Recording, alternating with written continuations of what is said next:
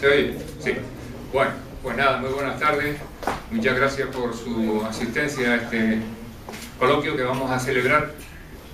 El acto lo vamos a organizar de la siguiente manera. Primero Rodolfo Ramírez hará una exposición, una pequeña presentación de su colección, y a continuación, para que se haga una idea de la colección, y a continuación, que tiene él y su mujer, Ana Navarro, y a continuación habrá un coloquio, el coloquio con Guillermo García Alcalde, Felipe Juan Bordes y el rector de la universidad, José Regidor, que no ha podido venir y que lamenta mucho no venir. Pero de todas maneras el asunto de fondo es la posibilidad de la creación de un museo de arte contemporáneo, un museo de bellas artes. Hay distintas figuras circulando y es un asunto que nos concierne a la Real Sociedad Económica, y creemos que vamos a hacer varios debates a lo largo del año sobre este tema. Y en uno de esos debates confío que esté el rector de la Universidad de Las Palmas, como ha prometido venir. La colección Ramírez Navarro es una colección importante de arte del siglo XIX y XX. Yo no voy a hacer la presentación de la colección, la hará el coleccionista. Es una de las colecciones más importantes no solo de Canarias, sino de España. Coleccionar en Canarias es muy complicado, es costoso. No solo es cuestión de dinero, que lo es cuestión de relaciones, es cuestión de posibilidades, es decir, posibilidades que se truncan más estando aquí que estando en cualquier sitio del continente. Es por lo tanto una afición y un interés meritorio conseguir coleccionar una colección de estas características o de otras.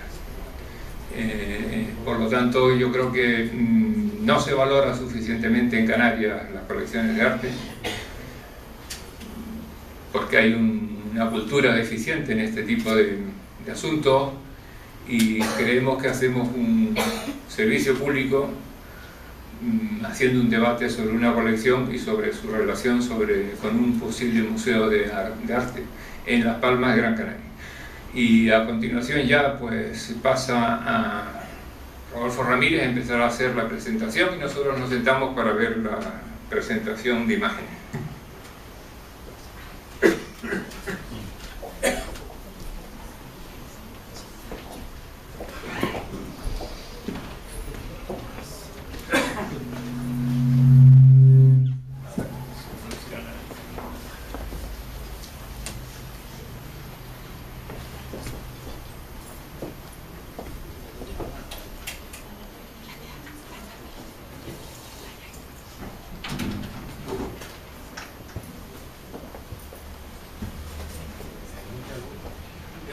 Apagarán. Fueron apagados.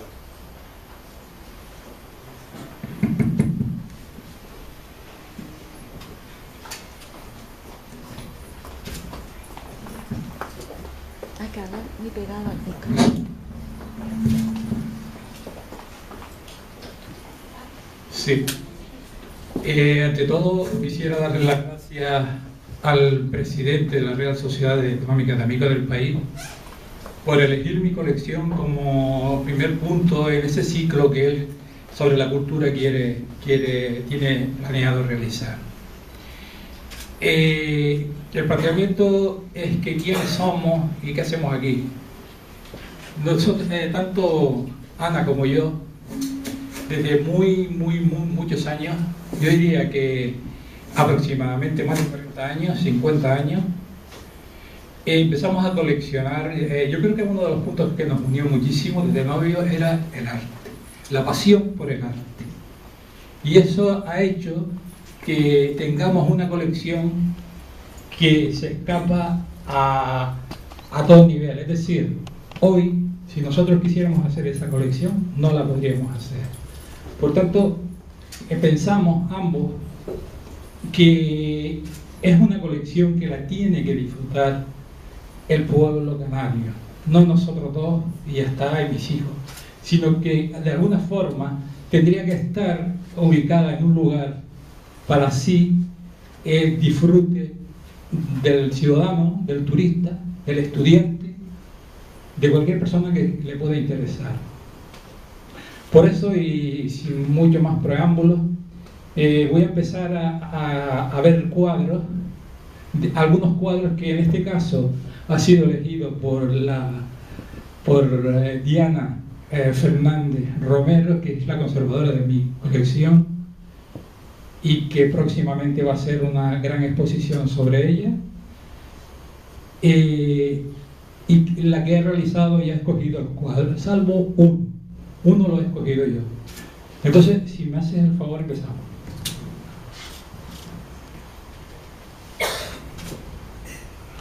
Bien, a nadie se le esconde que este cuadro es de Nicolás Massieu y Matos. Nicolás Massieu y Matos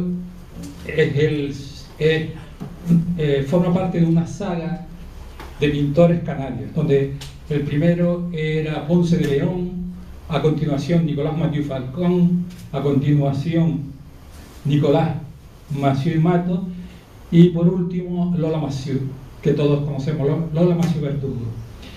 Este cuadro, él era una persona muy amante de la isla Canaria, de Gran Canaria para ser exacto, y se recorrió toda la isla pintándola. Nosotros creo que tenemos aproximadamente 9 cuadros de distintos lugares de la isla. Voy a intentar hacer. Servando del Pilar. Servando del Pilar es un pintor que viene aproximadamente en los años 30 a Tenerife con motivo de la exposición de la Gaceta del Arte. Expone en Tenerife, vuelve a la península, expone en el año 37 en París con la famosa exposición internacional donde Picasso lleva el Guernica, y es un pintor que posteriormente la Guerra Civil trunca su vida laboral pictórica y regresa a Tenerife, existiendo en este momento una serie de retratos de Felo Monzón, Pedro García Cabrera, Eduardo Westerdahl, Pérez Minic. Estos son intelectuales de Tenerife. Seguimos. Este es Juan Dabó. Juan Dabó era un pintor, estoy haciendo hincapié en cada uno porque es que a mí me ha costado conocerlo, y entonces quiero de alguna forma transmitir, y sé que gracias a la generosidad de Tomás Van der Valle se está grabando. Juan Dabó es un pintor que nace en Tenerife, estudia en Madrid, regresa a Tenerife, y el pintor Sureda, Guillermo Sureda, natural de Aruca, que fue conservador del Museo de Puerto Rico, lo invita a Puerto Rico a hacer una exposición. Él va a Puerto Rico, hace exposiciones, vive allí, pero luego se va a Seattle, en Estados Unidos, y allí realiza una serie de vidrieras y cuadros de distintas índoles, regresando posteriormente a Tenerife, donde falleció. El marco, quiero significar marco, porque el marco es un detalle de Diana. Diana dice, bueno, estamos fotografiando los cuadros pero sin marco. El marco es muy importante para el cuadro. ¿Por qué? Porque si uno se equivoca en el marco, destruye la obra. ¿Y qué quiere decir? Que uno tiene que buscar la fórmula de que lo que el pintor quiso decir le llegue al espectador. Y no digo aquello en términos Ortega porque eso tampoco voy a dar, pero sí al espectador. Entonces Diana dice, bueno, vamos a poner un marco por lo menos. Y puso un marco. Seguimos. Manolo Villares. Manolo Villares tuvo un momento en los años 50 que llega a su poder un libro de los constructivistas, de Joaquín Torre García, que es un famoso constructivista que viene de Sudamérica pero vive en Barcelona, y entonces realiza una serie de obras, muy pocas, sobre el año 52, en este tipo de forma. Yo creo que Manolo es bastante conocido. Sería interesante que hubiera un museo Millares en Canarias. Felo Monzón, ¿qué voy a decir de Felo Monzón? Felo Monzón hizo esta serie de los años 53 para precisamente fue a la exposición iberoamericana que se celebró en Brasil. Solamente se hizo 3. Uno estuvo en una exposición del CAN y recientemente se redescubrió el otro. Seguimos porque fue lo de Juan Ismael. Juan Ismael es el pintor surrealista por excelencia. Eugenio Padorno decía hace unos años que habían en Canarias 2 pintores surrealistas, y perdona, igual no te estoy dejando ver, había 2 pintores surrealistas de suma valía. Una es Óscar Domínguez, con una posición económica muy alta, y otro era Juan Ismael, con una posición económica muy baja. Pero que ambos eran extraordinarios pintores surrealistas. Él está representado en el Iván, en el Museo Reina Sofía, etcétera, etcétera, etcétera. Seguimos para no... Este es un pintor interesantísimo que no se ha estudiado, no sé por qué. A mí yo lo veo fantástico, no sé lo que llaman ustedes, pero yo lo veo fantástico, y es Raffaelli. Raffaelli era un discípulo adelantado de Felo Monzón, era un magnífico discípulo de Felo Monzón, y realizaba una pintura completamente distinta a la de Felo. Es un pintor para mí olvidado en Canarias, y que espero que de alguna forma se recupere.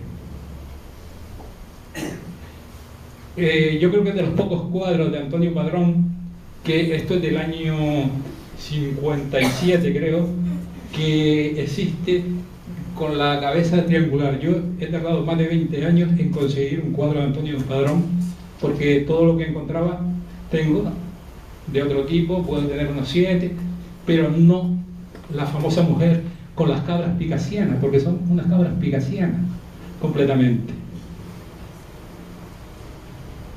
Lola Massieu, fantástico cuadro de Lola Massieu.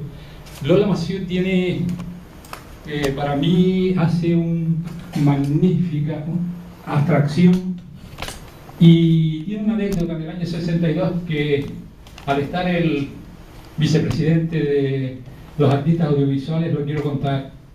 En el año 62 Lola Massieu y Felo Monzón van a Barcelona a exponer, y sucede que en la aduana no le dejan pasar los cuadros.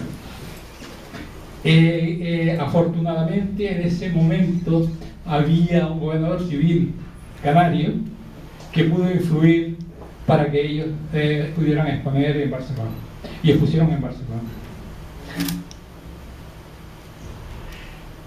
Me encanta este cuadro, es un cuadro de Santiago Santana. Yo tuve la suerte de ver a Santiago prácticamente un mes antes de morir. Yo conseguí un cuadro de él de la época de París, Barcelona.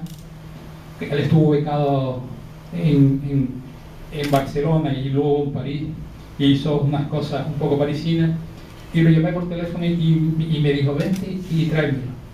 Y se lo llevé, y fue una tarde francamente inolvidable para mí, por lo que significó para él que le llevase un cuadro de su juventud, y creo que estuve toda la tarde con él. Esta es una maternidad, creo que tengo 8 o 7, no lo sé cuánto, de Santiago. Seguimos. Esta es una sorpresa, porque aquí hay personas que pueden hablar de ese cuadro, de una pirámide, se le llama pirámide amarilla, del año 78, mucho más y mejor que yo. Entonces, este es el cuadro que yo he puesto. Lo demás son responsabilidad de Diana. Yo tengo que reconocer que sigo la pintura del maestro desde los años 70, de principio de los 70. Me encantaba, siempre te asociaban con el Bosco, no sé por qué, porque es una pintura fantástica, y por fin pude conseguir algo que era de esa época, con lo cual estoy orgullosísimo y me encanta ese cuadro. Manrique, ¿yo qué voy a decir de Manrique? Un genio, excepcional, matérico y poco más. Esto es de Jesús Arencibia. En este momento hay un trabajo interesante que está haciendo un joven que se llama Fabio García Salín, y recoge, y esto es de una de las últimas obras de él. Yo tengo obras de él desde que era un niño que pintaba en la escuela de Luján hasta este último, que es de los años 90, que es de la serie Los Olvidados. Aquí termino en los pintores canarios. Los otros son ya pintores peninsulares y voy a intentar hacerlo lo más rápidamente posible para no cansar. Este cuadro es La muerte de Séneca. La muerte de Séneca es un boceto, está en el Museo del Prado.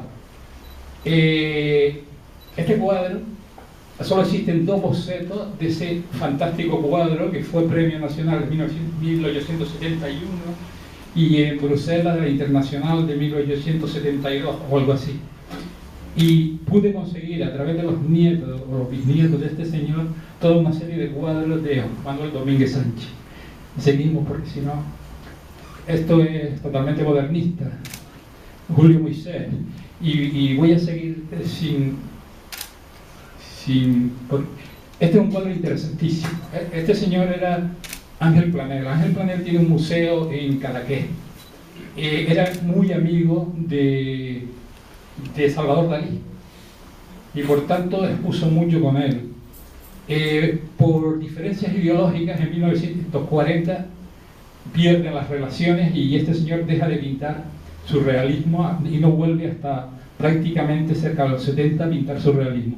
Este es un cuadro que ha estado por toda Europa, es decir, toda Europa es una exageración.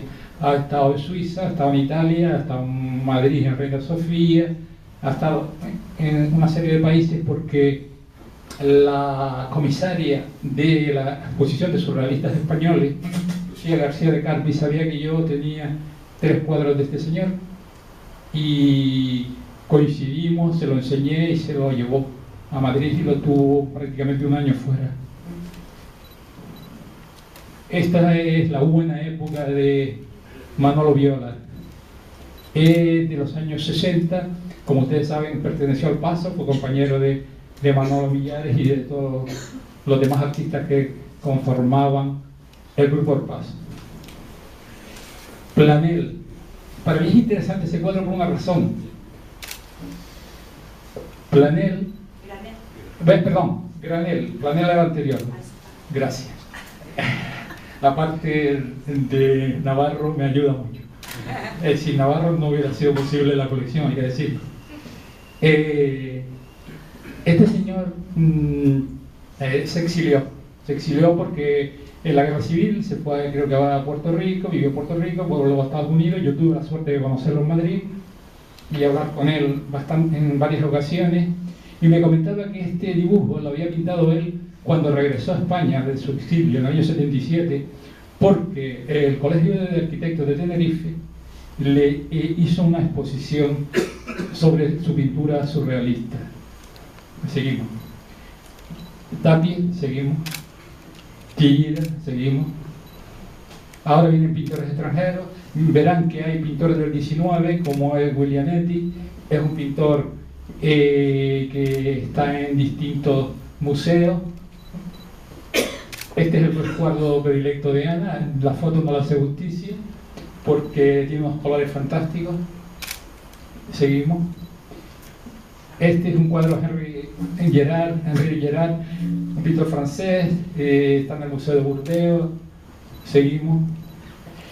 Y quiero hacer una cuestión. Este cuadro es de la escuela Barbizon, es un inglés que pintó en Barbizon y es el estilo típico de Barbizon. El siguiente también es francés, pero hay que ver que ya, a pesar de ser de la misma época, entra en una abstracción. Es decir, si volvemos atrás, vemos el figurativo tan grande que tenía a finales del 19 este señor inglés y lo abstracto que era este señor francés. Había una abstracción ya, cosa que me encanta. Marie Marie es un pintor francés que cogió el nombre de su madre. Era un marino que se dedicó a pintar pinturas todas marinas con barcos. Tiene un museo en París y es uno de los pintores franceses más destacados que yo tengo. Seguimos. Este tiene una historia también. Este señor era judío, Jean Alfred Adler, y lo cogió en 1940, lo cogió en París. A pesar de ser un hombre muy tranquilo y tal, pues la Gestapo lo cogió. Y sucedió, desgraciadamente, lo que no debía suceder. Murió en el 1944 en el campo de concentración. Que quede claro que cuando me enteré y lo investigué me llevó un disgusto enorme. Susana Isendik también es una pintora que hace expresionismo. Es alemana, pero también pasa a París en los años, en la Primera Guerra Mundial, y pinta muy en ese estilo. Yo soy es una pintora fetiche para mí, creo que tengo 3 de ellas. Y por último, Richard Lucas. Richard Lucas era un señor que venía por Canarias en los años 60, más o menos, que era cuando Pino Ojeda tenía la galería, no sé si te acuerdas, la galería de arte en la calle Sagasta. Pues por allí pasaron un montón de pintores extranjeros, algunos de los cuales han sido bastante interesantes. Yo tengo varios de ellos. Este está en el Real Museo de Bruselas, el museo grandote que hay en Bruselas, pues está representado este señor. Y poco más. Decir una cosa, que la colección es la colección, este es el nivel de los 400. O sea, Ana y yo nos hemos dedicado toda la vida con una gran ilusión a coleccionar, por lo cual tenemos aproximadamente 400 cuadros, y quiero decir que lo ofrecemos en depósito desde hace 5 años para la sociedad canaria, y seguimos esperando. En esta provincia, no hemos ido a otra provincia, sino en esta provincia. Quizás si hubiéramos ido a otra provincia, sepan ustedes que esta exposición estuvo en Málaga, para los malintencionados. Estuvo unos 100 cuadros, estuvieron en Málaga un montón de meses. Se lo llevó el alcalde de Málaga, don Francisco de la Torre, que es un hombre que le encanta la cultura y que ha querido crear lo que es la ciudad de los museos. Con lo cual tiene el Museo de Tito Cervera, el Museo Picasso, el Museo Bellas Artes, un museo como el CAN, ahora quería firmar con el Pompidou para llevarlo allí, etcétera, etcétera. Tiene muy bien organizado el tema, porque Málaga, como Las Palmas de Gran Canaria, tiene un puerto de cruceros muy importante, y ellos han conseguido que los tour operadores pacten con el ayuntamiento y llevan a los turistas a los museos. Y es interesante ver cómo nosotros a veces los fines de semana tenemos 3 barcos en el muelle de cruceros y a los pobres a lo mejor no saben dónde ir. Sin más dilatación, espero que haber sido más breve y no haber pasado mucho. Ya cedo nuevamente la palabra al presidente de la Real Sociedad Económica de España.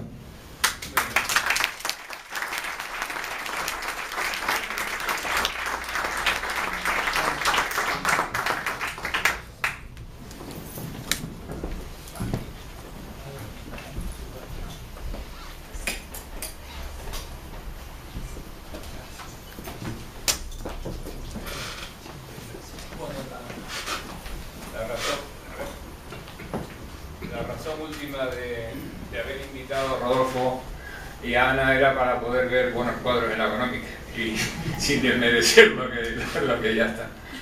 Así que, bueno, pues ahora están estas 3 personas y todos ustedes para hacer un coloquio, y vamos a empezar por Rodolfo Ramírez, luego viene Guillermo, luego Félix Juan y luego pues todos ustedes. Le dedicamos un rato a hablar entre nosotros o entre ellos y luego participan todos ustedes. Empieza si quiere. Muchas gracias. Bueno, ante todo quiero agradecer que no lo he hecho antes, la presencia del vicepresidente del Colegio de Economistas, mi gran amigo Emilio Regidor, así como la presencia de don Baltasar Manrique de Lara, nieto de un extraordinario coleccionista que hubo en Canarias de arte decorativa y que desgraciadamente se ha perdido con los años. Le agradezco mucho a Baltasar porque su abuelo fue quizás en mi inicio y en el inicio de Ana. Él nos apreciaba mucho, tanto a Ana como a mí, y el iniciador, el que nos sembró la pasión por el arte. Entonces, lo que sí quiero decir, ya entrando en el tema que Tomás me plantea, es que lo importante no es la colección, lo importante es el artista. Lo que yo he querido demostrar con todo esto que hemos expuesto, que ha sido una minoría, una cosa muy simple, ¿no?, es que lo importante son los artistas que tenemos y las trabas que tienen estos artistas. El hecho de haber estudiado fuera, pues te das cuenta y puedes comparar cómo se mueven en otras provincias, en otras latitudes los artistas. No tienen las dificultades que tienen en Canarias. Y no quiero extenderme mucho, yo luego cogeré la palabra porque creo que los dos invitados pueden aportar muchas más cosas que yo. Guillermo.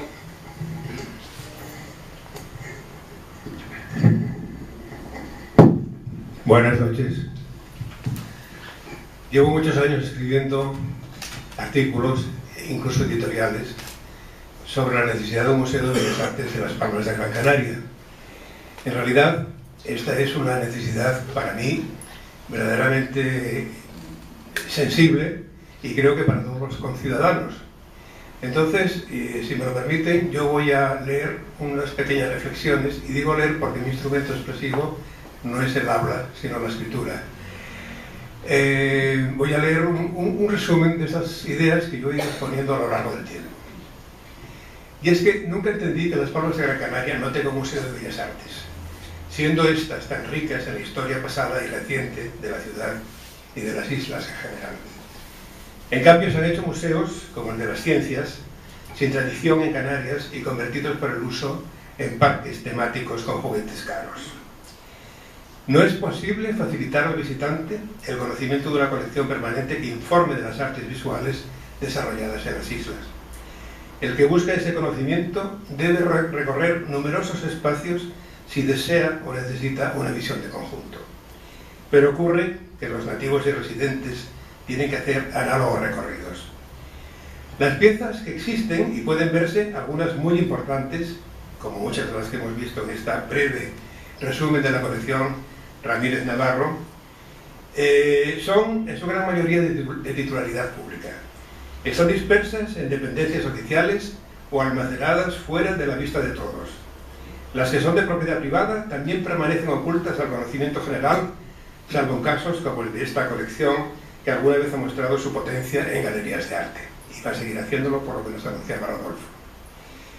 Es absurdo que Las Palmas de Gran Canaria tenga un museo Néstor, no tenga un museo Millares, y después de muchas vueltas y muchos años, solo ahora esté a punto de abrir un museo chilino, pero lo hará sometido a condiciones tan lamentables como el que las 25 piezas que él deposita hayan entrado en la isla como importación temporal por 6 meses, que habrá de ser renovada por plazos iguales si queremos que no vuelvan a salir de aquí. Pese a gestiones y esfuerzos de muchos años, aún sigue vigente la aberrante fiscalidad que trata las obras de arte como cualquier mercancía de comercio, incluso cuando son colecciones al margen de toda transacción mercantilista.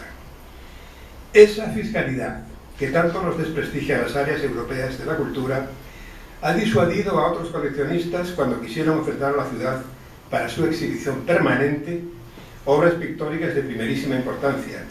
Tal es el caso de un formidable conjunto de pintura flamenca y holandesa del siglo XVII, reunidas pieza a pieza por su propietario con el consejo y asesoramiento del herreño Matías Díaz Padrón, máximo especialista internacional en el arte del 600. Este caso me toca muy de cerca y sé bien de lo que hablo. El CAN mantiene escondida su propia colección, porque su estructura no es la de un museo permanente, Sin embargo, el modelo europeo de la Kunsthalle no conlleva en ninguna ciudad importante la exclusividad de las expresiones contemporáneas en muestras o ferias temporales.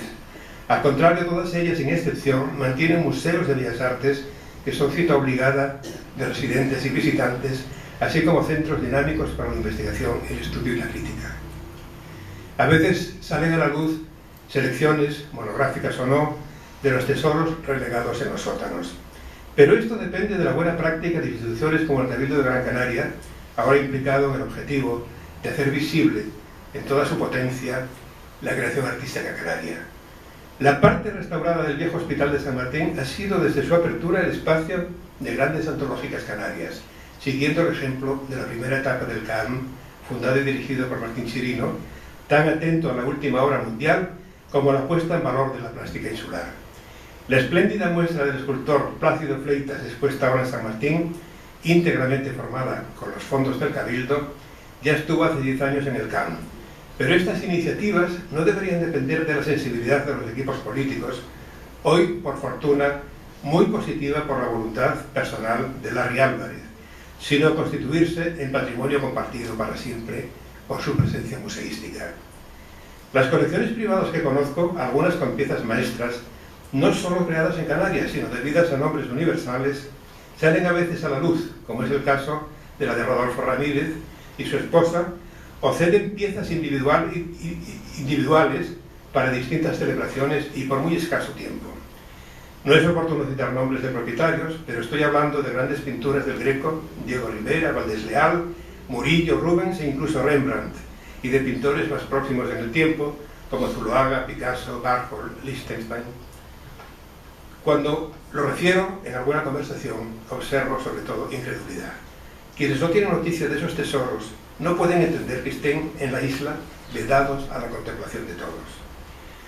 Un museo de bellas artes estimularía depósitos como el que ahora cede Martín Chirino en perfecta convivencia con la creación canaria.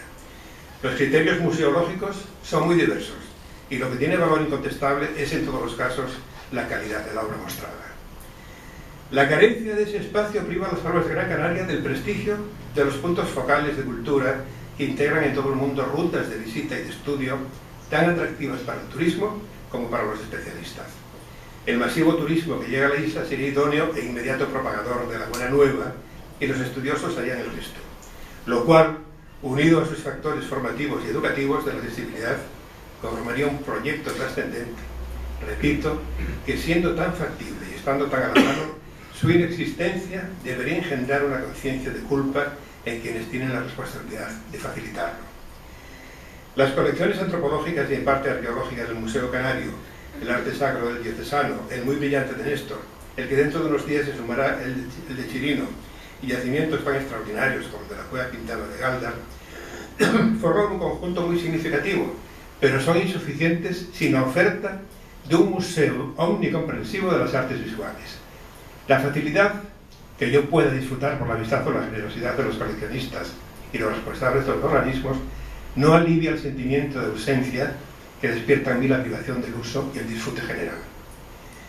Los creadores no han trabajado ni trabajan para llenar almacenes que les condenan a un desconocimiento que es casi anonimato. El Cabildo ha lanzado un concurso de ideas para un museo de bellas artes muy loable, pero menos fiable. Tenemos varios ejemplos de ideas premiadas que no se ejecutan o cambian a tenor del gusto y la formación cultural de los no menos cambiantes gobiernos de las instituciones, por no hablar de las dificultades presupuestarias que disuaden el propósito desde la primera piedra. Ojalá que el museo llegue a ser una realidad abordada con ambición. De momento, hay recursos para retribuir la idea premiada, pero no previsiones para financiar su ejecución y pactar las donaciones y depósitos indispensables. Me pregunto con cierto desánimo hasta cuándo seguirá en el exilio interior la belleza de lo que ya hay en Gran Canaria. Los artistas que no abandonan la isla están condenados al desconocimiento exterior, con su techo en el concepto de glorias locales. Los que han salido en el momento oportuno se llaman Néstor, Óscar Domínguez, César Manrique, Manolo Millares o Martín Chirino. Todos ellos testimonian y han hecho respetar la potencia del talento canario. No estaría en el mismo caso un Fleitas, un Felo Monzón, un Pedro González y un Dámaso si hubiera cruzado el mar para quedarse. Lo único que puede responder a esta y otras preguntas es la posibilidad de verlos y valorarlos en su medio, con un museo de bellas artes que active el movimiento contrario, el de la llegada, atraída por una institución inserta en las rutas internacionales de la exhibición permanente. Ellos y los más jóvenes talentos, como es el caso del asombroso Juan Bordes, merecen este paso adelante. Todos se lo debemos, y ya está bien de deploratio. Tiene que llegar el momento de la laudatio. Muchas gracias.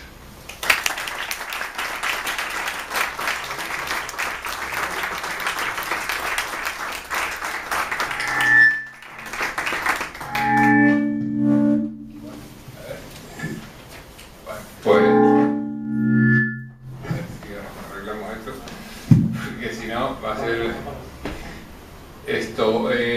Guillermo alude a las trabas aduaneras que tienen los artistas canarios y vamos a dedicarle, junto con la Asociación de Islas Canarias de artistas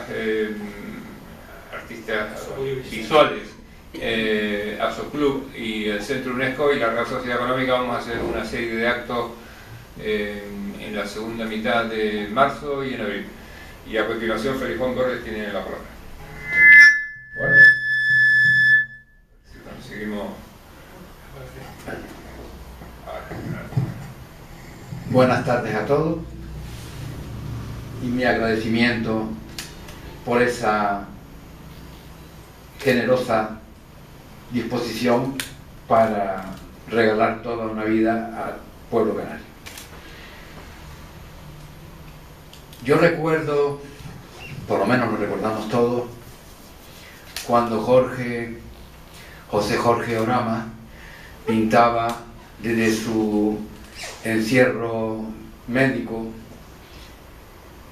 el Risco de San Nicolás, que era la porción de territorio insular que tenía a su disposición. Desde ese momento quedó vinculado el hospital, es decir, el edificio, con el arte canario y con el territorio insular. Por lo tanto, esa estupenda idea que ahora aparece después de tanta insistencia como la de Guillermo y otros, habría que pensar que esa vinculación de arte, territorio y edificio llegue a prosperar realmente, convirtiéndolo en un centro irradiador de cultura, en un foco que de alguna manera trascienda su propia ubicación urbana y se convierta pues en la pieza fundamental para la transmisión del conocimiento. Porque en el fondo lo que un museo de esas características puede significar para la memoria pública, para la memoria colectiva de nuestro acervo cultural, va a ser increíblemente importante si realmente se lleva a cabo teniendo en cuenta criterios museológicos y proyectos museográficos inteligentes. Porque un proyecto museológico no es más que esa especie de abstracción exprimida de la práctica que plantea una estrategia, un método y una gestión integral, en donde el proyecto museográfico no es más que la manera de colocar los objetos artísticos, llámense pintura, fotografía, dibujos, grabados, esculturas, dentro de un edificio que transmuta su uso de centro sanitario y de lugar de tristeza en una pieza fundamental, expansiva, como foco dilatador de lo que somos. ¿De qué va a depender? Porque el museo no es un cúmulo de objetos. sino el conocimiento que transmiten esos objetos. Ese sentimiento de humanidad para poder captar ese fantasma de la canariedad que flota en el medio insular. Y un museo de ese tipo no puede ser solamente aquel que encierra de una manera infértil y estéril una serie de retóricas identitarias del arte canario, porque el arte canario tiene su sitio dentro del arte universal y por lo tanto nosotros deberíamos de ver un museo donde a través de recorridos transversales, circulares, lineales, el arte canario se entremezcle con el arte universal. Nosotros entendemos, o por lo menos los pintores, que ese museo debía de nacer con una vocación lateral, con un descentramiento y con un enfoque singular. Desde la heterogeneidad de nuestra cotidianeidad, del mundo diverso en que nos encontramos, desde el mundo insular, que condiciona fuertemente la manera de hacer de los pintores, no solo aquellos que son fuertemente figurativos y que vinculan el territorio, el paisaje y el arte, sino aquellos otros que evocan sentimientos surreales que surgen de multitud de fuentes de inspiración que se dan en todo el territorio insular, desde la flora carnosa a la fauna, microfauna que tenemos, y desde nuestra situación centrada en el Atlántico.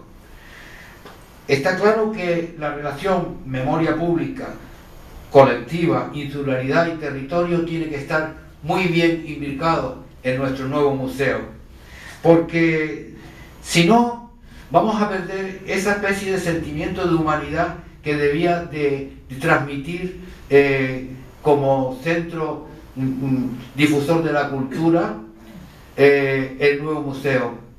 No se trata de un museo más, sino un museo que está en la ultraperiferia de nuestra nación, con vocación de decir algo nuevo, sin fetichismo por la historia y sin una visión confrontada y lineal, como diría yo, sincrónica del arte, desde su principio hasta los tiempos de hoy. Esa visión es una visión muerta, una visión que desde el punto de vista didáctico no dice nada. La obra hay que confrontarla desde su querer decir, desde distintas épocas, de distintos años, pero exudando la humanidad con la que el pintor quiso inscribir en su obra, en su pieza, algo de su sentimiento, del territorio que le rodea, y por lo tanto esa visión tiene que ser una visión sincrética, global, que de alguna manera nos sitúe geográficamente donde estamos, para confrontar nuestra trascendencia en el medio social en que se inserta. Lo importante en este caso es el proceso creativo, es lo que se transmite. Por lo tanto, el museo, digo desde el punto de vista descentrado y lateral, debería de incluir en sus salas una ¿cómo diría yo?, una visión clara del proceso, porque la obra en sí no significa mucho, sino se engarza con otras obras de otros artistas y también si no existe esa especie de deseo de estimular la creatividad interpretativa y sobre todo qué le movió al artista para comunicar algo a la memoria pública. Por lo tanto, el nuevo museo debe ser un lugar público de encuentro y no de acumular las reliquias del pasado petrificado y obsoleto. No se trata de solo la validez de la obra de arte en sí misma, que merezca estar ahí, sino qué dice, a quién habla y cómo habla. Por lo tanto, tendremos que saber, desde el proyecto museológico, responder a 3 cosas. ¿Qué se expone? ¿Por qué? ¿Y para quién? Para los turistas andan deambulando en un vagabundeo sin rumbo ni camino dentro de nuestra ciudad, que tiene cosas que decir, sin encontrar un foco que le permita arañar en nuestra propia historia, en nuestro propio patrimonio, y hacerlo desde una mirada inquisitiva. Porque en esa concentración de la memoria pública estaría también la función educativa del museo. Un museo que no puede centrarse en un solo edificio, por muy grande que sea, es una manzana compacta de gran valor, y que permite generar itinerarios diversos, pero siempre entrelazando la colección. Ya sabemos que el CAAM es un centro de arte donde se dan exposiciones temporales. Pero si uno lee los primeros textos que dieron razón de ser al CAAM, se da cuenta de lo importante de su apuesta, la tricontinentalidad, que desde mi punto de vista se ha borrado un poco en el tiempo a través del paso de muchos directores que llevaron su obra a cabo solamente a medias, porque solo esa potencia difusora del conocimiento y de la cultura pudiera haber dado mucho más residuos culturales, en tanto que su vinculación, por ejemplo, con África solo se vea a través de unas exposiciones que estuvieron concretamente en 2 o 3 ocasiones en el CAAM. Y la vocación del CAAM viene siendo importante, seguirá siéndolo, y espero que la aparición de este nuevo museo pueda permitir pues generar miradas críticas en la colección que tiene en su sótano, que en este momento necesita de una ordenación, de un eje de transmisión para que esa obra comunique cosas. Por lo tanto, el nuevo museo lo que debe es desarrollar pues otra mirada crítica y respaldar el discurso de la diferencia, porque somos bastante diferentes. Podría también incluirse desde esa visión de lo que es insular y con el deseo de atrapar ese fantasma de la canariedad, entender la obra de arte que se hace desde las islas como una especie de recuperación cartográfica de lo que hace el medio insular en el propio artista. Se trata de generar un relato, un pensamiento crítico que de alguna manera se respalde con el discurso de la diferencia. Porque deberíamos de cuestionar un poco las relaciones de servidumbre que se producen de los centros emisores del saber canónico y plantear un museo desde las periferias emergentes, como planteó bien el CAAM en su creación, para generar también un museo en red y irradiar nuevos proyectos a través de las nuevas colecciones como esta que se presenta ahora desde la colección Ramírez Navarro. Ese mérito de estar 30 o 40 años atrapado por el arte, buscando, investigando y recogiendo piezas y acaparando un tesoro, y tener luego la generosidad de traspasarlo a las generaciones futuras es un hecho muy meritorio. Espacio para irradiar proyectos desde colecciones y también desde los fondos del CAAM, que son variopintos, que son inacabados y sobre todo no dicen lo que realmente el presupuesto teórico del CAAM venía a plantear. ¿Por qué no lo dice? Porque falta una labor de crítica y recolección, de entrelazamiento de ese tipo de obras que allí existen, para generar una conexión entre la memoria pública, la memoria colectiva, la insularidad y el propio territorio. Habría que pensar desde la escenografía insular, ya que ese museo sería el museo de Gran Canaria,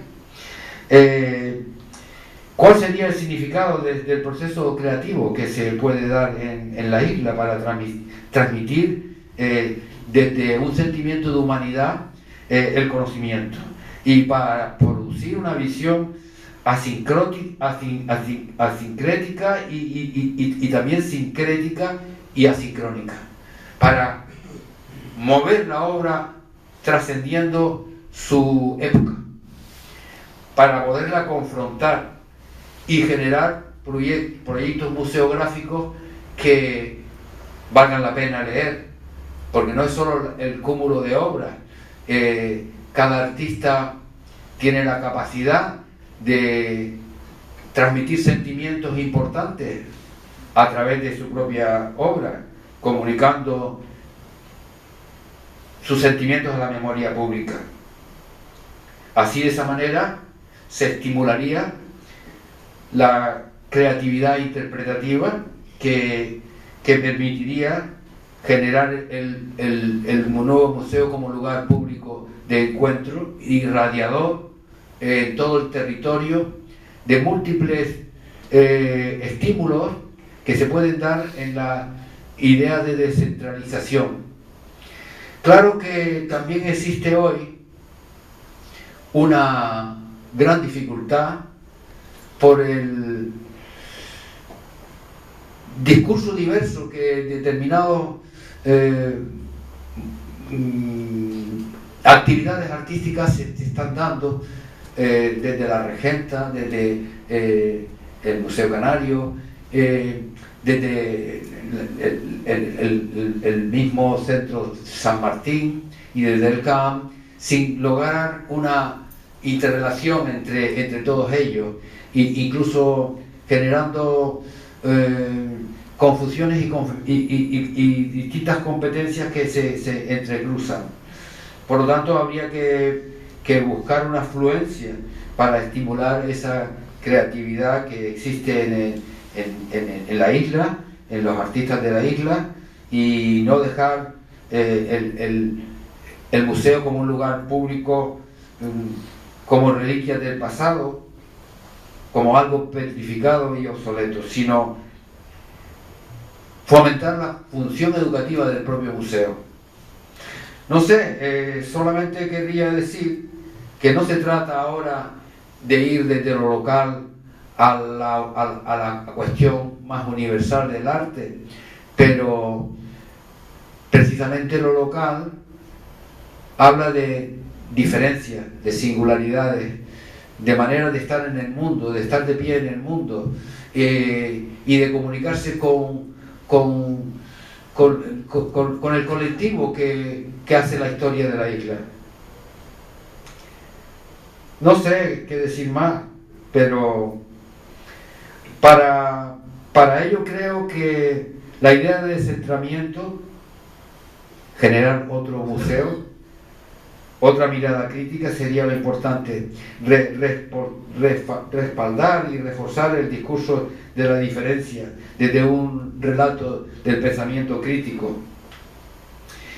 En fin, yo lo que quiero decir, que tengo miedo a que el nuevo museo, enclavado en esa gran pieza patrimonial, no sea lo que esta oportunidad nos permite. El museo implica una inversión ingente. Si el museo se quiere dar con la suficiente importancia para la isla y las conexiones que pueda tener, porque el Caham sigue siendo un centro de arte, la tricontinentalidad parece ser que se puede trasvasar también a este nuevo museo, pero tengo miedo de que desde el punto de vista político se aborde la cuestión desde un punto de vista mezquino, porque tenemos una ocasión importantísima desde ese edificio para que ese museo se convierta en un verdadero foco de irradiador de cultura, con miles de líneas didácticas, y para eso hace falta, como digo, un plan museológico y un buen plan museográfico, y organizar la obra desde un punto de vista didáctico. No sé qué más decir, pero creo que tenemos que saber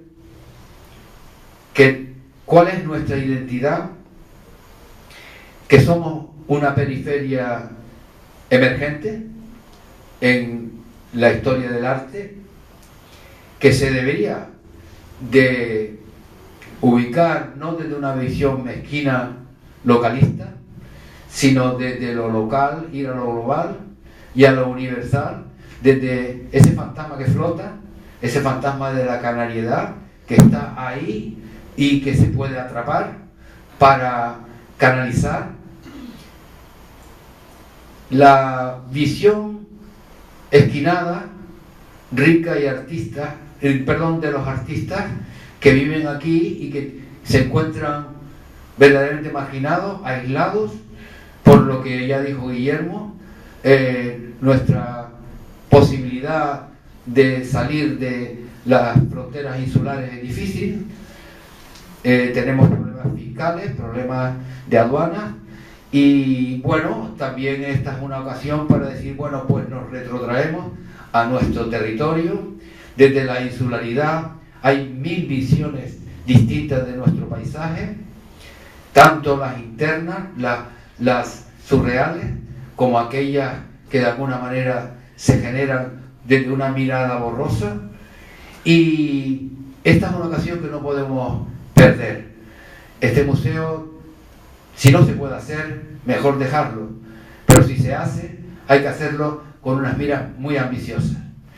Bueno, pues nada más, me termino aquí para que ustedes puedan hablar de la propia iniciativa. Gracias.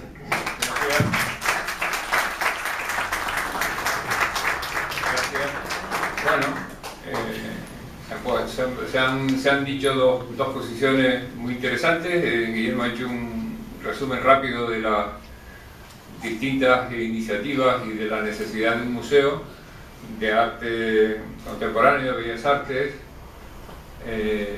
Feliz Juan ha dado incluso criterios de cómo debería ser el proyecto museológico, y bueno, y los coleccionistas pues han puesto lo importante sobre la mesa, que es la colección, de manera que ahora el coloquio es de todos ustedes. El coloquio no solamente de los que estamos en esta mesa, sino de los que están sentados en esos sillones que no son muy cómodos, pero bueno, que sirven para un pequeño rato. A ver, ¿quién quiere comentar algo? Adelante. Mira, dos cosas, dos apuntes. El primero, felicitar a la Rosa y a Rodolfo por la colección, y un tirón de oreja muy cariñoso, porque yo los quiero mucho, que te has olvidado de poner uno de mis cuadros favoritos tuyos, aunque valga el de Mayframe, ya lo sabes, ¿no? Si hay un incendio, salva ese, por favor. Y la segunda cuestión es lo que apuntó Guillermo, que a mí me parece muy interesante. Yo creo que ahí está toda la base, ahí está todo el punto principal del tema. Ahora mismo me gustaría que la iniciativa de la Real Sociedad Económica del país, las autoridades políticas, etcétera, se unieran al hilo ese, al carro ahora de las exenciones fiscales que se está haciendo con el cine. Eso yo creo que ya lo sabe todo el mundo, lo ha oído y tal. Pues yo creo que sería una ocasión estupenda para enlazar también las artes visuales, no solo el cine, sino también la pintura, las artes en general. Que una vez nos expliquen cuál es el problema para esa fiscalidad y esas aduanas. Yo nunca lo he entendido y ya tengo años. Pues nunca he podido entender cuál es la barrera, cuál es el tema para que eso no se lleve a efecto. Gracias. ¿Algún comentario? Adelante. El problema, Luis, es la doble figura fiscal de la península y de Canarias. Aquí no es posible un mercado único, dicen ellos, dicen los políticos, a pesar de todo lo que han forzado los gobiernos del país y sobre todo el que está ahora en el poder, que es el PP, para conseguir el mercado único en España, que no significa que Canarias vaya a perder la ventaja que ahora tiene con respecto al IVA peninsular. Sencillamente se trata de que Canarias tenga un IVA reducido en la medida de lo que es nuestro IGIC ahora, ¿no? La inexistencia del mercado único y el choque, la colisión de las dos figuras fiscales ha determinado que Canarias, la autoridad de Canarias, haya creado una aduana verdaderamente abusiva y además que realmente con un nivel de recaudación muy elevado, que tampoco hay que quejarse porque realmente teóricamente redundan todos los ciudadanos, ¿no? Pero que provoca estas disfunciones gravísimas, ¿no?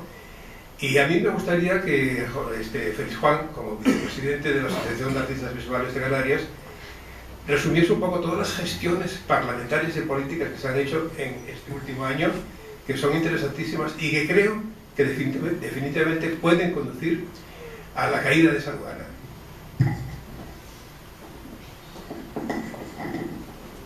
Sí, nuestra posición con respecto al aislamiento que nos relega esa cuestión de aduanas es muy fuerte.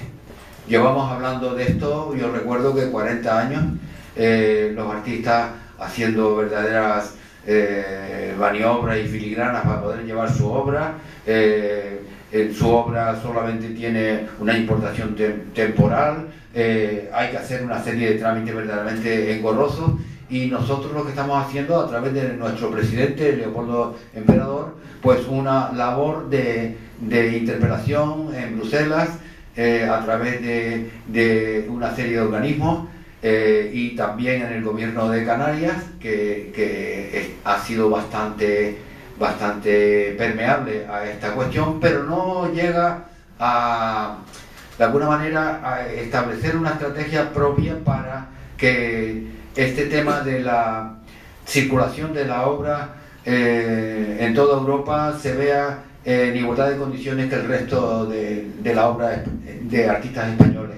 En ese momento las trabas son muy fuertes, no hay desde el punto de vista del gobierno más que un encogimiento de hombros, no hay una clara respuesta hasta ahora que parece que las reuniones que hemos tenido con los políticos empiezan a preocuparse de todos los partidos para conseguir que esa traba desaparezca o sencillamente haya una cierta excepcionalidad dentro del régimen económico fiscal para que la obra pueda circular como el resto de los pintores españoles por toda Europa.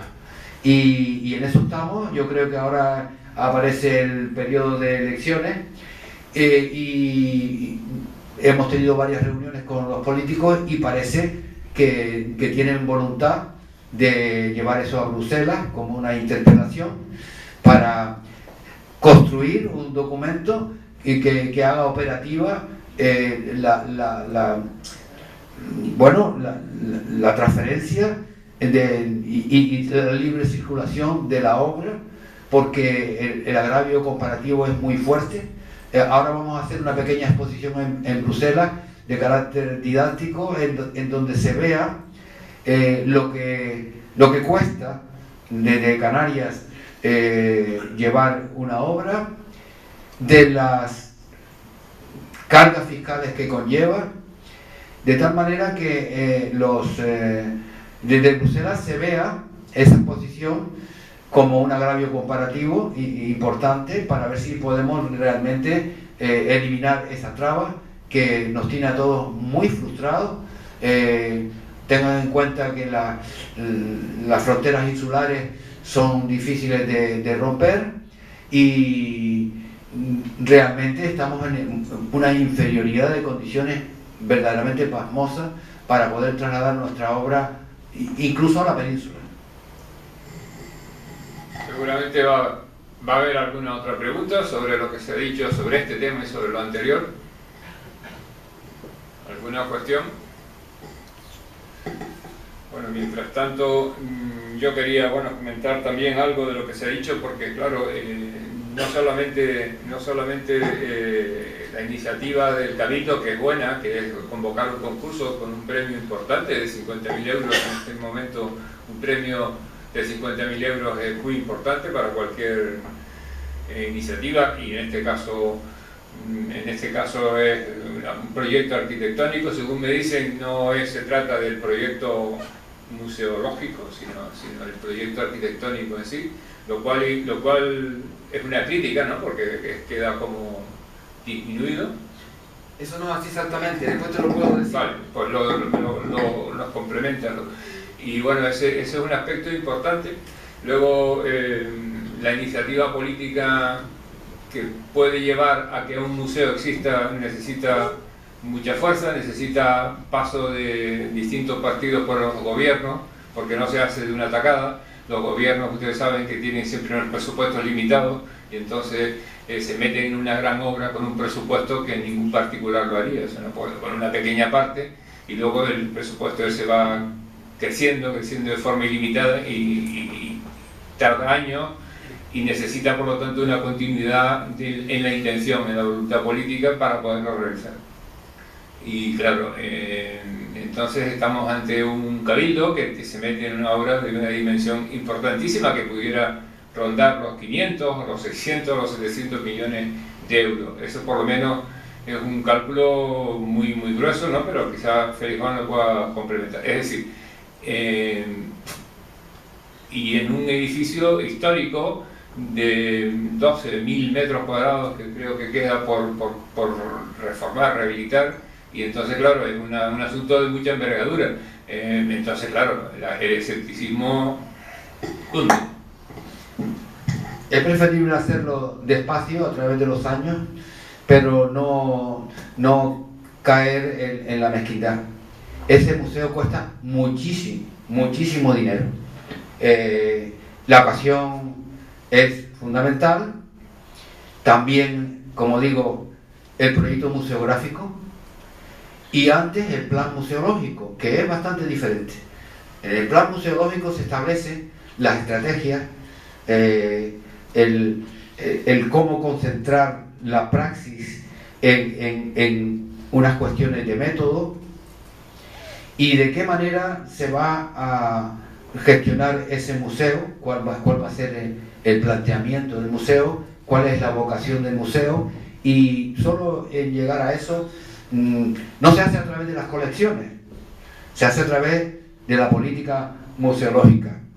Y se trata de analizar críticamente qué puede significar el museo para la isla, y mucho va a significar, y luego saber qué se tiene, qué objetos se tienen que exponer, pero no para trasladarlo desde un depósito a una galería, sino qué sentido tiene exponer la obra y cómo, qué carácter didáctico tiene, qué se va a transmitir, cómo se va a transmitir ese conocimiento para que el museo sea vivo, para que irradie cultura, y por lo tanto es preferible no empezarlo antes de no tomar conciencia de la fuerte inversión que hace falta y cuál va a ser la política de ese museo, qué va a significar el CAAM como centro de arte que que realmente tiene una vocación tricontinental, pero para exposiciones temporales. ¿Qué es lo que se va a enseñar? Que está en este momento descentrado y repartido por varios lugares. ¿Y con qué sentido? Porque es una ocasión importante para nosotros enhebrarnos con lo que ocurre en el mundo. El CAAM es solo una pequeña muestra. El Museo Canario de Bellas Artes puede ser un foco que le dé a la ciudad y a la isla de Gran Canaria un giro importantísimo en el mundo. Por lo tanto, digo que preferible es discutir, debatir de qué manera se va a entender ese museo, no a través de las apuestas de los distintos directores que han implantado en el CAAM distintas versiones o han apagado otras iniciativas que estaban en marcha y que en este momento tienen una presencia mínima en el propio museo, como aquellas ideas el museo de las periferias, el museo de qué pasa en la Europa del Este o qué pasa en el África Occidental, para nosotros entender de verdad cuál es nuestra vocación tricontinental y ver qué se hace en Latinoamérica. No traspasar esa tricontinentalidad al nuevo Museo de Bellas Artes puede ser también un error, porque el Centro de Arte es pequeño hoy y necesita de lugares para los fondos, necesita catalogar esos fondos para generar proyectos didácticos y grandes investigaciones sobre el arte canario que no se han hecho, y por lo tanto, más que esperar a conseguir una pequeña inversión cuatrienal,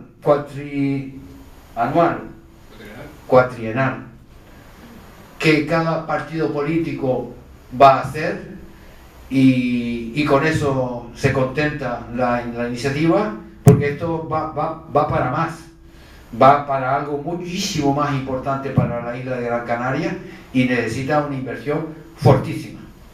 Si realmente el museo no se ve con la entidad para organizar desde su manera de entrar, su manera de generar la actividad, traer el edificio hacia la ciudad, generar itinerarios para que el museo sea vivo, el museo será como lo que es ahora el pedazo que tenemos rehabilitado, que queda ahí sin ninguna mayor trascendencia. Hay que pensar también que si no existe un museo vivo que esté presente en la ciudadanía de una manera mensual, en la prensa, el museo no es más que lo que es ahora el CAAM, que desde cada inauguración aparecerán 50 personas el día del acto inaugural, y luego habrá un goteo muy corto. Las exposiciones hay que verlas, no sé, con un ambiente triste que solamente se alegra cuando vienen los colegios a establecer un cierto diálogo con la obra expuesta. Yo creo que el nuevo museo tiene que ser algo muchísimo más importante para la isla, pero necesita de plantear un buen plan museológico, por lo tanto estrategias claras que resuman, expriman la praxis desde una teoría que permita no generar un ente que nace muerto, sino todo lo contrario. Sí, bueno, solamente decir que el pabellón ese llamado Arena Gran Canaria ha costado unos 70 millones de euros y ha sido un esfuerzo colosal, esfuerzo presupuestario del Cabildo en este momento de restricciones presupuestarias importantes, y claro, estamos ante una iniciativa que podría ser mucho más importante que la del pabellón ese de baloncesto, con unas cantidades anuales probablemente que no bajarían de 100 o 150 millones, y eso requiere, como es lógico, una importantísima voluntad política y una cierta movilización social y, por supuesto, cultural. Así que adelante con la pregunta, por favor. yo no iba a preguntar. Yo lo que voy a decir en primer lugar es agradecer a Rodolfo y a Ana, que ya lo han hecho antes que yo, el que nos hayan permitido el disfrutar un rato de una parte de su colección. Hicieron ya una exposición en el SICA, creo que fue, inauguraron y vimos una serie de cosas. Aquí has hablado de piezas o de autores de los que tiene 7 o 8 piezas, lo cual a mí me parece alucinante, honradamente. Y yo diría que dentro de los artistas, o qué es lo que prima en un coleccionista, si el ver la evolución de un pintor o de un escultor, o el tener artistas distintos, no lo sé. En general las personas dicen que maduramos, los artistas evolucionan. Y luego hay una cosa que yo, respetando todo lo que se habló del museo, diría que lo mejor es enemigo de lo bueno. Por lo cual yo diría que esa colección que ustedes tienen, donde hay gente como yo que solo hemos tenido oportunidad de ver lo que nos mostraron en el ciclo de hoy, el que por si acaso el museo cuando llegue y ahí yo no esté, el que siga nos enseñando algo, el que hagan charlas, el que hagan lo que han hecho hoy, que a mí me parece extraordinario. Yo he disfrutado mucho oyendo y viendo lo que han enseñado. Tienen aquí a esta niña delante, que es la que conserva lo tuyo, perdón por lo de niña. Y entonces diría, aprovechenlo, señores, y enséñenos a los demás una parte de lo que tienen, una parte más. Gracias.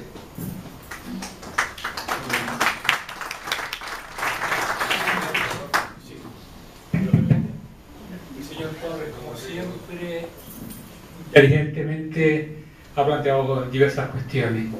Nosotros, la conservadora y yo, nos pasamos la vida ofreciendo proyectos de la colección para que los ponga.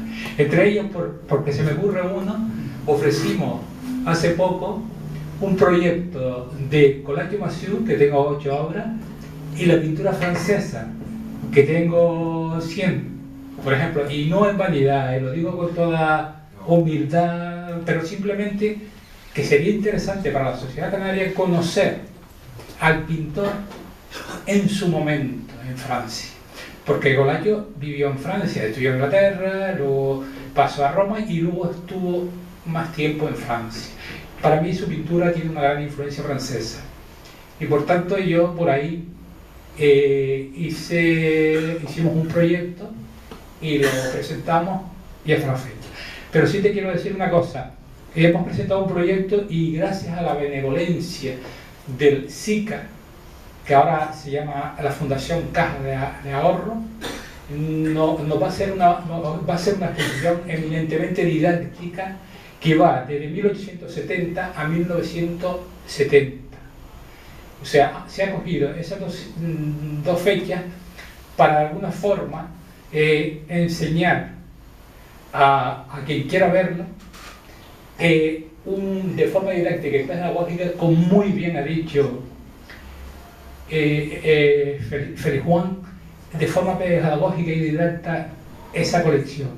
Nosotros vamos si todo va bien, vamos a inaugurar el 16 de abril y los queremos invitar a todos, tanto Diana como yo, como Ana, por supuesto. Los queremos invitar a todos para el día 16 de abril, que se inaugura esa exposición solamente de Canarias.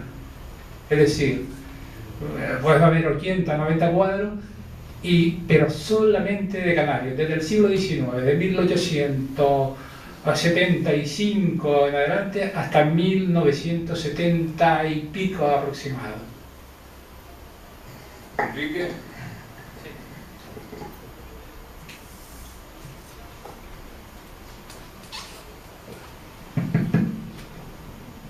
Gracias. Buenas noches. En primer lugar, lo que quería era felicitar a Rodolfo Ramírez por habernos permitido observar, como comentaba alguien, parte de su exposición. Me consta que Rodolfo lleva muchos años trabajando en este intento. Además hemos compartido 2 ciudades que él ha nombrado, Málaga y Las Palmas, y que conocimos en los 70, que han evolucionado de manera muy diferente, estando a un nivel similar. Resulta que ahora encontramos un nivel de desarrollo cultural mayor y la colección de Rodolfo va a Málaga, como fue él. En segundo lugar, quería resaltar un pequeño detalle. Estaba escuchándolo y me he acordado de algunos economistas. Rodolfo, como economista y como funcionario, conoce muy bien cómo funciona la administración y sabrá perfectamente que este sueño resulta bastante complicado en términos presupuestarios.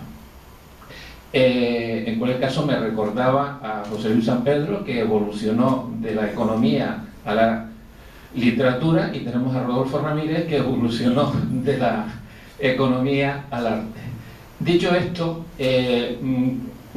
quería, agarrándome a una expresión que utilizó Juan Felipe Bordes, hay que ser críticos con este planteamiento, pues voy a enganchar algo con eso.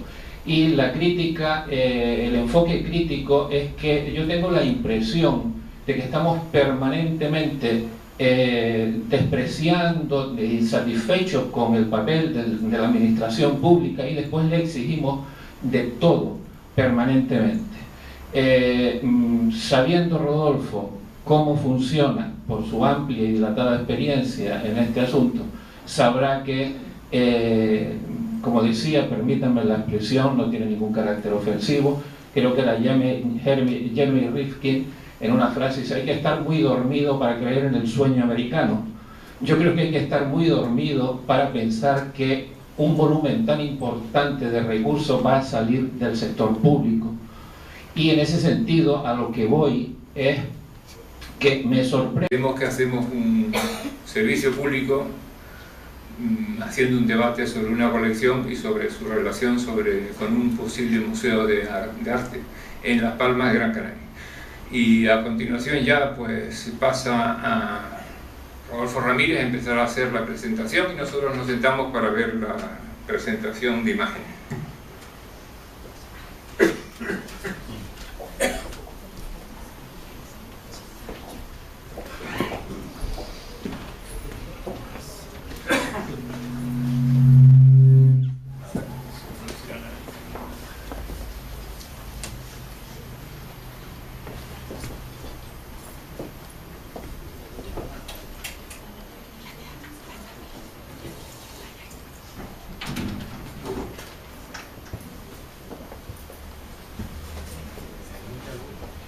Apagarán.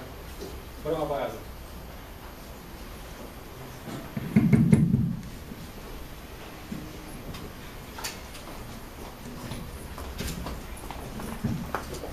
Hay que hablar muy pegado al micrófono. Sí.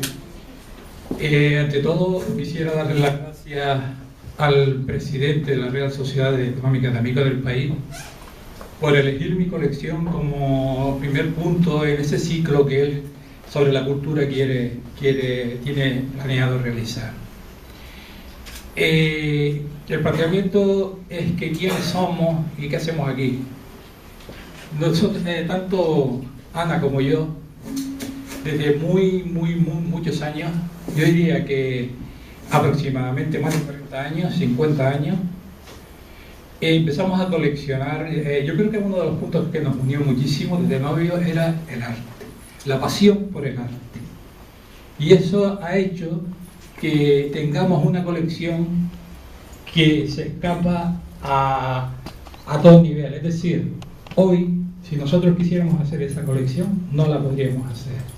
Por tanto, pensamos ambos que es una colección que la tiene que disfrutar el pueblo canario, no nosotros dos y ya está, y mis hijos, sino que de alguna forma tendría que estar ubicada en un lugar para así disfrute. Es el pintor surrealista por excelencia. Eugenio Padorno decía hace unos años que habían en Canarias dos pintores surrealistas, y perdona, igual no te estoy dejando ver, había dos pintores surrealistas de suma valía. Una es Óscar Domínguez, con una posición económica muy alta, y otro era Juan Ismael, con una posición económica muy baja. Pero que ambos eran extraordinarios pintores surrealistas. Él está representado en el Iván, en el Museo el Museo Reina Sofía, etcétera, etcétera, etcétera. Seguimos para no... Este es un pintor interesantísimo que no se ha estudiado, no sé por qué. A mí yo lo veo fantástico, no sé lo que llaman ustedes, pero yo lo veo fantástico, y es Raffaelli. Raffaelli era un discípulo adelantado de Felo Monzón, era un magnífico discípulo de Felo Monzón, y realizaba una pintura completamente distinta a la de Felo. Es un pintor para mí olvidado en Canarias, y que espero que de alguna forma se recupere. Yo creo que es de los pocos cuadros de Antonio Padrón, que esto es del año 57 creo, que existe con la cabeza triangular. Yo he tardado más de 20 años en conseguir un cuadro de Antonio Padrón, porque todo lo que encontraba tengo de otro tipo, puedo tener unos 7, pero no la famosa mujer con las cabras picasianas, porque son unas cabras picasianas completamente. Lola Massieu, fantástico cuadro de Lola Massieu. Lola Massieu tiene, para mí, hace una magnífica abstracción, y tiene una anécdota del año 62 que, al estar el vicepresidente de los artistas audiovisuales, lo quiero contar. En el año 62 Lola Massieu y Felo Monzón van a Barcelona a exponer, y sucede que la aduana no le dejan pasar los cuadros. Afortunadamente en ese momento había un gobernador civil canario que pudo influir para que ellos pudieran. A mí me ha costado conocerlo, y entonces quiero de alguna forma transmitir, y sé que gracias a la generosidad de Tomás Juan de Valle se está grabando. Juan Dabó es un pintor que nace en Tenerife, estudia en Madrid, regresa a Tenerife, y el pintor Sureda, Guillermo Sureda, natural de Aruca, que fue conservador del Museo de Puerto Rico, lo invita a Puerto Rico a hacer una exposición.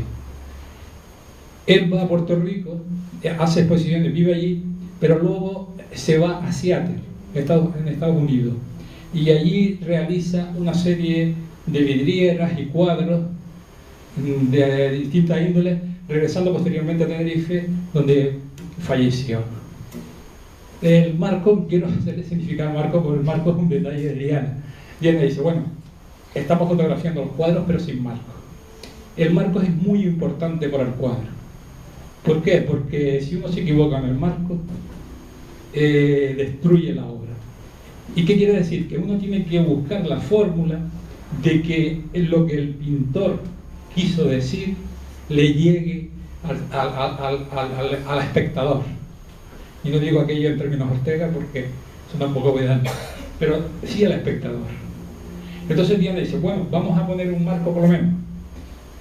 Y puso un marco. Seguimos. Manolo Villares.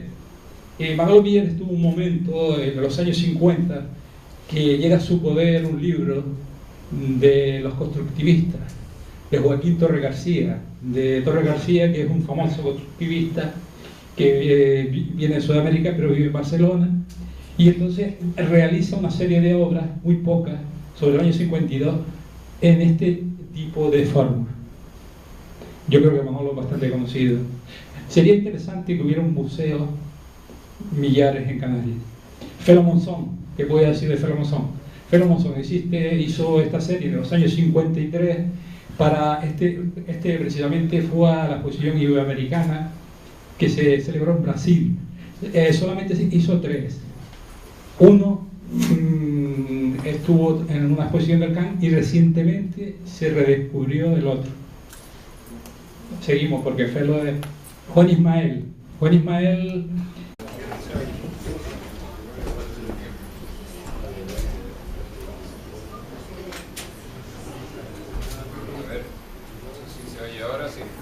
¿se oye? Sí.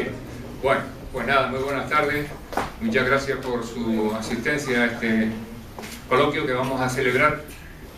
El acto lo vamos a organizar de la siguiente manera. Primero hará el Rodolfo Ramírez hará una exposición, una pequeña presentación de su colección, y a continuación, para que se haga una idea de la colección, y a continuación, que tiene él y su mujer, Ana Navarro, y a continuación habrá un coloquio, el coloquio con Guillermo García Alcalde, Felipe Juan Bordes y el rector de la universidad, José Regidor, que no ha podido venir y que lamenta mucho no venir.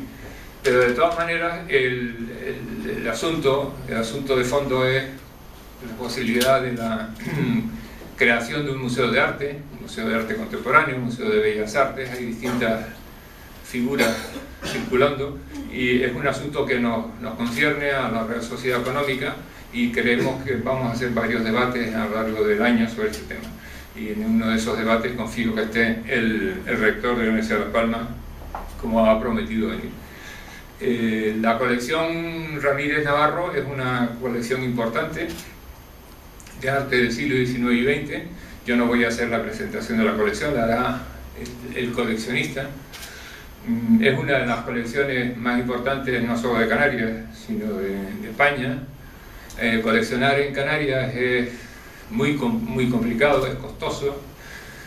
No solo es cuestión de dinero, que lo es cuestión de relaciones, es cuestión de posibilidades, es decir, posibilidades que se truncan más estando aquí que estando en cualquier sitio del continente. Es por lo tanto una afición y un interés meritorio conseguir coleccionar una colección de estas características o de otras. Por lo tanto, yo creo que no se valora suficientemente en Canarias las colecciones de arte, porque hay una cultura deficiente en este tipo de asuntos, y del ciudadano, del turista, del estudiante, de cualquier persona que le pueda interesar.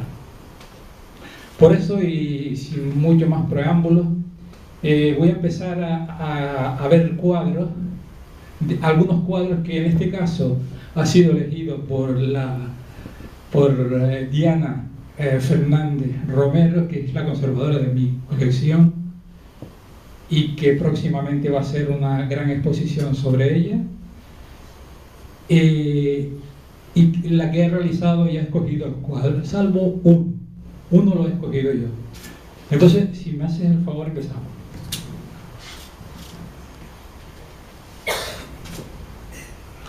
Bien, a nadie se le esconde que este cuadro es de Nicolás Massieu y Matos. Nicolás Massieu y Matos forma parte de una saga de pintores canarios, donde el primero era Ponce de León, a continuación Nicolás Massieu Falcón, a continuación Nicolás Massieu y Matos, y por último Lola Massieu, que todos conocemos, Lola Massieu Verdugo.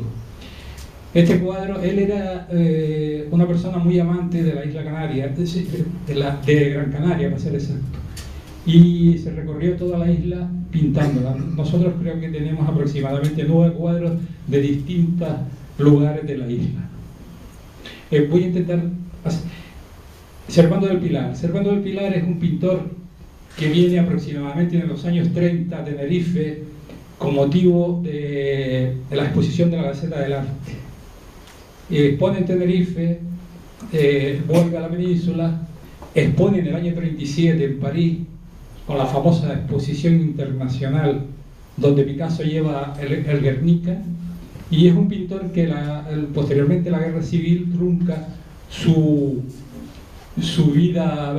vida laboral pictórica y regresa a Tenerife, existiendo en este momento una serie de retratos de Felo Monzón, Pedro García Cabrera, Eduardo Westerdahl, Pérez Minic. Estos son intelectuales de Tenerife.